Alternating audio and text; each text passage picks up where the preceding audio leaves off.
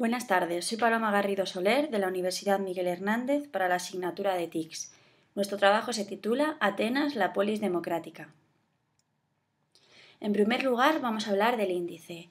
Veremos la sociedad ateniense antes de la democracia, su evolución política, sus reformas, el inicio del sistema democrático, el siglo de oro de la democracia ateniense con Pericles. Luego haremos un contraste entre la democracia ateniense y la actual.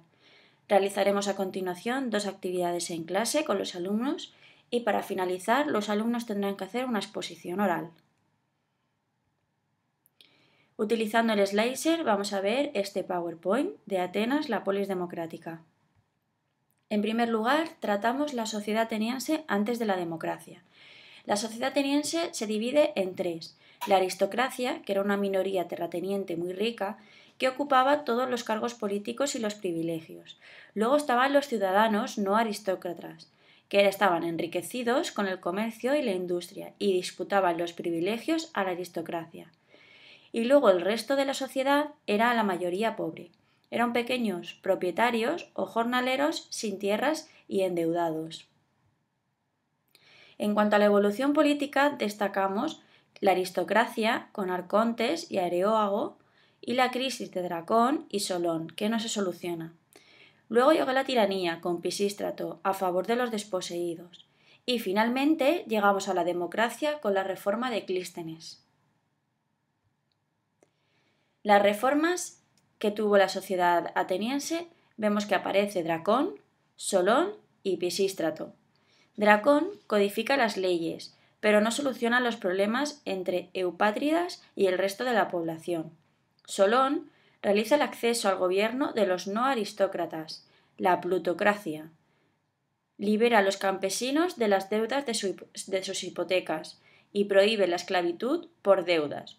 No consigue acabar con los enfrentamientos entre los grupos sociales. Pisístrato favorece los intereses populares, pone la base para la democracia. Las reformas de Clístenes inician el sistema democrático.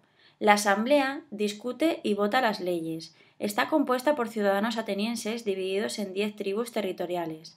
La asamblea elige 10 estrategas. Los estrategas son jefes del ejército. Hay un estratega principal. Son los magistrados más importantes porque son los únicos elegidos. Luego la asamblea sortea 10 arcontes de los magistrados. Otras magistraturas secundarias, también de los magistrados, que son los que aplican las leyes. Y luego la asamblea también sortea 10 miembros por tribu del Consejo de los 500, que son los que preparan y votan las leyes. También sortea 600 miembros por tribu de la Eliaia, que son de los tribunales. Y luego están los no ciudadanos, que corresponden a mujeres, también los menores de 18 años, los extranjeros o metecos y también los esclavos. El siglo de oro de la democracia ateniense con Pericles es el establecimiento de la mitosforia. Profundiza la democracia. La democracia. Vamos a hacer un contraste entre la democracia de Atenas y la democracia actual. La democracia de Atenas es directa y todos los cargos electivos se realizan por sorteo o votación. Los derechos políticos son limitados a ciudadanos varones. Las mujeres, los extranjeros y los esclavos están totalmente excluidos. En cambio, la democracia actual es representativa. No todos los cargos públicos son electivos, como en el gobierno. Los derechos políticos están universalizados. Solo los extranjeros y las personas en prisión no los poseen.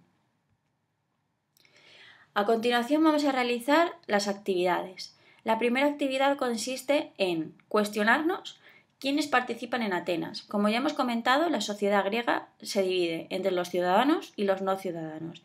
Y los ciudadanos se componen de las mujeres, los extranjeros y los esclavos. Vamos a leer este documento, los ciudadanos y los no ciudadanos. En Atenas, la mayor parte de la polis estaba compuesta por los no ciudadanos, quienes carecían de derechos. Atenas tenía unos 350.000 habitantes, pero solo 40.000 eran ciudadanos. Solo accedían a esta condición los hijos legítimos y varones de padres ciudadanos. Si no se había nacido ciudadano, era casi imposible pasar a serlo. Como vemos aquí en el diagrama, la mayor parte, que es un 60%, son esclavos. Luego pasamos a un 28% que son las mujeres y los niños. luego un 8% que son realmente los ciudadanos de la sociedad griega y luego un 4% que son los extranjeros. Realizaremos en clase un debate en el que los alumnos podrán habilitar sus habilidades sociales.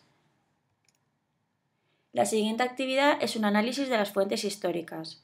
Como veremos en los criterios de evaluación, las fuentes históricas es uno de los criterios que tienen que conseguir los alumnos.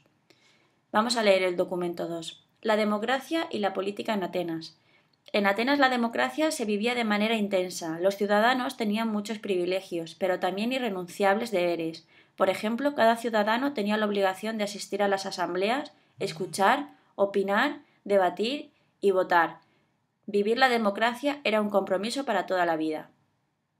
El Estado democrático de Atenas se sustentaba bajo 3 principios: la libertad, la igualdad y la filantropía.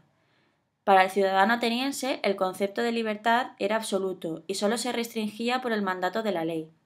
Los ciudadanos atenienses tenían todos los mismos derechos ante la ley y tenían entonces el mismo grado de participación en la política de la ciudad, teniendo en cuenta que el porcentaje de ciudadanos atenienses era muy escaso.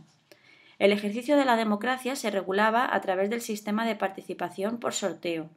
De este modo, a todos los ciudadanos les correspondía en algún momento servir al Estado. Respecto al principio de la filantropía, lo que hoy llamamos bien común. Se reconocía porque el Estado tenía ciertas obligaciones para con los ciudadanos, como la de remunerar los servicios prestados. Realizaremos un debate de este texto entre todos los alumnos, para que los alumnos se sientan integrados en la clase y el nivel de participación no disminuya. El documento 3 es la Constitución Política de la República de Chile. El artículo 1: las personas nacen libres e iguales en dignidad y derechos. El Estado está al servicio de la persona humana y su finalidad es promover el bien común, para que veamos el tipo de democracia, cómo contrasta con la democracia ateniense, la democracia de la República de Chile. En el artículo 4 dice: Chile es una república democrática. Y en el artículo 19 dice: la Constitución asegura a todas las personas la igualdad ante la ley. Igualdad. En Chile no hay persona ni grupo privilegiado, no hay esclavos. La libertad de conciencia, la libertad de emitir opinión. Como vemos, las fuentes históricas son muy importantes porque nos da pie a poder ver que hay una evolución increíble en lo que es la democracia. El documento 4 es el funcionamiento de la democracia ateniense. Como vemos, está la Asamblea Popular o Eclesia, que son 35.000 a 40.000. Votan las leyes y la participación en conflictos bélicos. Son poseedores de tierras y el poder de la palabra. Todo esto lo vamos a contrastar con este documento 4, como vemos que es en la democracia ateniense. Dice: la Asamblea Popular elige 10 estrategas que son los que dirigen el ejército y aplican las leyes. 500 ciudadanos preparan las leyes, que es el Consejo. Se ocupan de la administración también 9 arcontes y luego el Tribunal Popular, que son 6.000 jueces del Tribunal de Apelaciones de última instancia. Como ya hemos comentado, realizaremos un debate sobre estas fuentes históricas. A continuación, este es el esquema que los alumnos tendrán para poder realizar la exposición en clase, que tendrán que hacer un PowerPoint y aprendérselo y no podrán leer. El primer punto del esquema es que realicen un cuadro comparativo entre los sistemas desarrollados por Esparta y Atenas, en qué contrastes sus sistemas de gobierno y su ideal de ciudadano. ¿Vale? Ese es el primer punto. Y el segundo punto es un análisis del sistema democrático ateniense y contrastarlo con nuestra democracia actual, que es lo que ya hemos comentado en clase, a partir de las instrucciones indicadas. Entonces se les dan unas instrucciones para que a partir de estas preguntas ellos desarrollen su trabajo.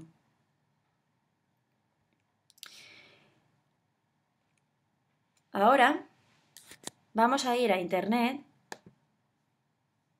para que vean que realizaremos una actividad para que los alumnos puedan aprender las representaciones más importantes de Atenas, Por ejemplo, la Acrópolis de Atenas. Y esta actividad será poner en el templo de Artemisa, por ejemplo, haz clic en el templo de Artemisa. Entonces hay que buscar dentro del esquema de Atenas dónde está el templo de Artemisa. Por ejemplo, vamos a decirle aquí.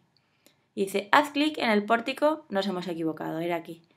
Dice, haz clic en el pórtico de las Cariátides. El pórtico de las Cariátides está, nos hemos equivocado, es aquí. Luego dice, haz clic en Propileos. ¿Dónde está Propileos? Pues estará aquí. Muy bien. Luego dice, haz clic en el altar de Zeus. El altar de Zeus lo tenemos... No, está aquí arriba. Luego haz clic en el siglo V antes de Cristo.